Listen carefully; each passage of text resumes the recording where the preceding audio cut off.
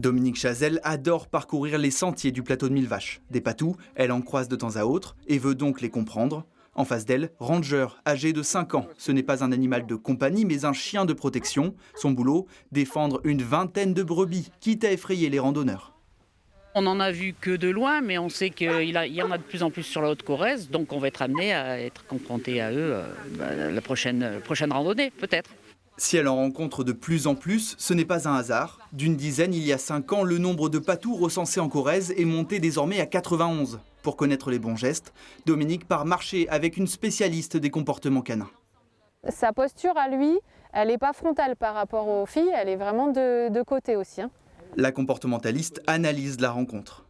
Donc là, il fait pas mal de postures d'apaisement aussi, le fait de s'asseoir, de se coucher. Alors même si entre-temps, il peut se relever à nouveau, venir checker, regarder, il donne pas mal de coups d'œil aussi. Donc c'est vraiment pour éviter les conflits, pour que tout reste le plus calme et tranquille possible.